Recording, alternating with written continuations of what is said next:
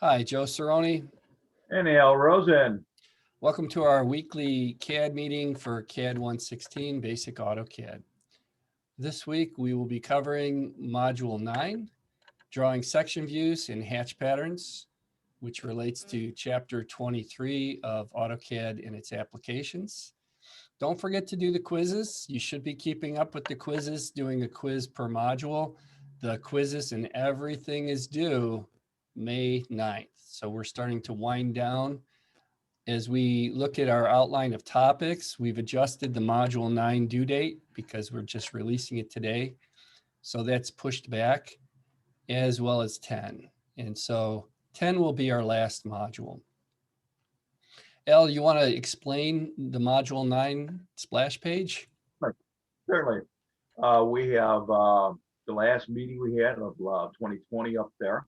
And that was our same thing we're doing right now as our class meetings. Joe, if you just click on the magenta color, please.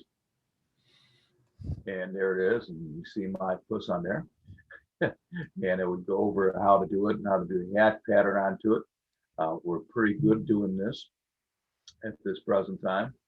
And we have pictures of each one of those there for you. And then we have also another video of how to do the slicing by itself, which is really easy to do. And we'll go over that today. Okay, Joe, you want to go back to the other area, please, for a moment? Okay, if you go down, there's the learning objectives that are inside here. It's basically going about the hatch pattern, design center pattern, tool tiles, and such like that for hatching. Go down a little further, and there's books, chapter 23, that's module 9. And you have to log in, of course, and that gives you everything on the book itself, just like we were just talking about learning objectives. Joe, go back one more, please. And there it is, a super hatching. If you click on that one, we can throw you for a loop on this one, maybe a little bit. This is regular hatching, but it gives you a little bit more information, more detail for it, which is really nice. Super hatching allows us to put like images on it, different blocks. So if you have something from a different company, regular roofing panels or metal pieces or whatever else, this is the way if you want just instead of a regular hatching, you can drop in this as an image. And it does a great job. This looks really neat. Yeah, this is new, and we've only been able to use hatch patterns. And the other command was the import image, raster image, and it took quite a bit of work. So this should be really pretty neat, where you could just take a picture of a brick wall, and then you could apply it to your exterior drawing of your house. So it looks like it's got some legs to it. It looks like an improved command. So we wanted to give you the information. So if you want to use it, you can. And then here's another video. And then you have a video, and this is a brand new video. It's a nice video, easy, smooth, transition video. And it has how to do a slice and how to put a video and how to put a viewport into it. As Joe's showing you right there in the screen. Yeah, somehow I lost that video. Let me go through. There it is. There. Right. So as you work with AutoCAD and get better with it, there is some legacy things in here. This was from when I was with College of Lake County. You can see 2005. That's quite a while ago now. But I was working there in the 90s and used a lot of that curriculum. And a lot of that is on Oakton CAD, our legacy website that we used before D2L. So a lot of good content for you. We don't necessarily have to go through and do the recording of everything because it's already been done. And it's been done pretty well. So, and these are our assignments, right, Al? That is correct. And so on the left side is the textbook, and on the right side is how we completed those drawings, what the completed drawings look like. And on the bottom it says the PDFs of those units. So if you click on it, the PDF will hopefully, I can fetch that, come up. There we go. And it does come up real well. It's all black and white, but you can see the color and the other stuff over there. enhance it if you want to, make it zoom in, see if we're better. You can also print this out if you desire to. Right. And so these are step-by-step instructions for creating the architectural section. They're a little tedious, in my opinion, because you have to read how to draw things on CAD. But it's good. You know, when it comes down to being able to complete the drawing, you can create this section view um, of the architectural drawing. Use the array command here and get everything kind of laid out.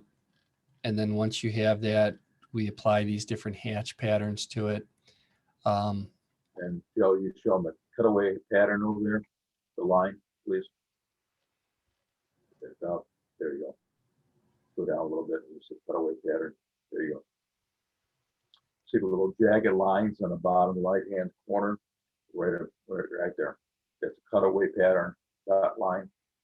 So it indicates that that does go further, but it's only cutting away so you can see one portion of the drawing or section of the drawing.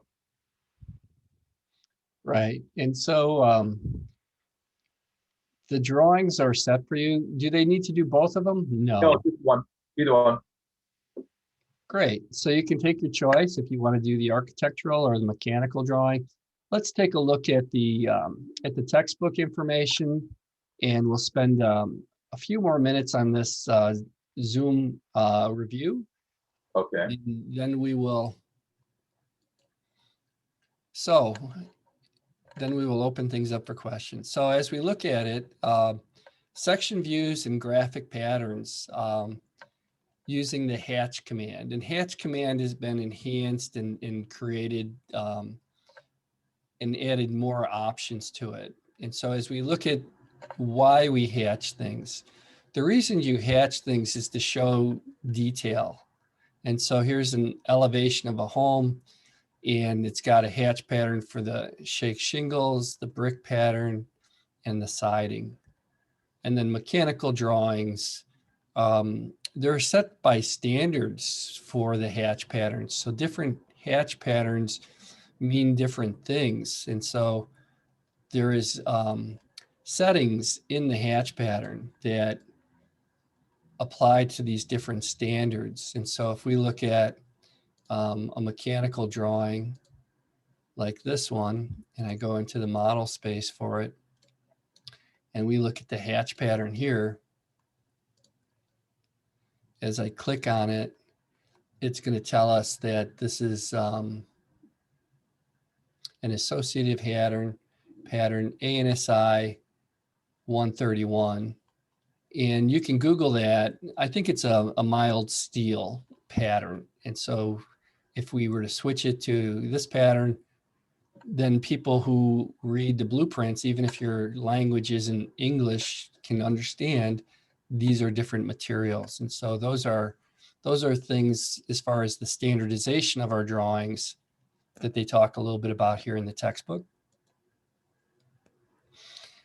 Architectural drawings, concrete hatch patterns, section lines are the area where the material is cut to reveal the hidden features. And so wherever we cut through this house, we have those interior details. And then it goes through a lot of other things like offset sections, aligned sections, basically your engineering graphics, how to read drawings and blueprints. This would be an offset section because they just want to show the interior detail for these whole geometries. And you can see that this is a drilled hole, and it's got this most likely 118-degree angle that's your standard on the tips of your drills. And then it's got this counter bored hole, which would allow the head of the bolt to be sunken below the surface. And then you have things like these aligned or revolved sections, and then the details within those. So as we work with hatching, there's quite a few things that we can do with it. We did some other work where we had hatch patterns laid on top of solid filled patterns, and the command works the same, but you can layer them and you can set transparencies on them. Other things with hatch patterns is AutoCAD will jump over text. So you notice that it will not hatch over text, or it will bounce between geometries so that it'll have like a fill, no fill type of a setting on it. Can be a little bit tricky. You sometimes have to tweak the hatch properties. Biggest problem is when you don't have a closed boundary shape and the hatch will leak out. It will give you an error, and it'll give you these little red circles that'll show you where it believes the boundary is open. Again, these different patterns and the standards they relate to. And then just some other types of drawings. You know, here's something that might be used by facilities manager, civil engineering. We've done work with landscape designers, emergency responders, showing them where to park the fire truck and where the access to the fire hydrants are. So quite a bit of information and things that we can do with hatching and just with AutoCAD in general. All right. I think that covers it, Joe. Sure. Some of the other things, gradients, you can add some artistic details to it. And when you work with these gradient patterns, you have to bring things to the front. So if you have a hatch pattern with like a gradient fill, you'll push that to the back and then like a brick pattern to the front. Or we often do it with kitchen cabinets where we just want a splash of color in it. And then you can use the design center. And really what design center is good for is if you open an existing drawing, finding out what the existing hatch pattern is and being able to borrow it with all the settings for your drawing. And so design center is a great way to clone existing drawings if you have them and then apply it to your design work. And that's the chapter 15. I'm going to come back here to the main splash page. And then we're just going to start to wind things down here. So the plan is to release module 10 next week. And then 10 is our last module. We'll take a quick look at it in contents, and then we'll wrap things up. So lab number 9 in the labs is set right here. And so here's lab number 9, and all the content is set for you. You also have web pages. Anything you see with a web is a video.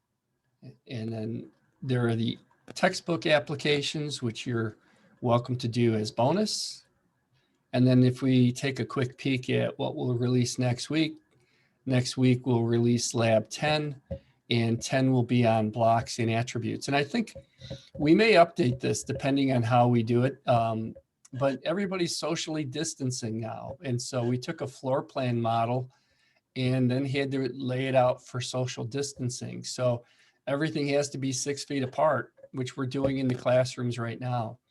And so we'll work with a drawing like that to be able to put together a floor plan of a computer room with socially distancing.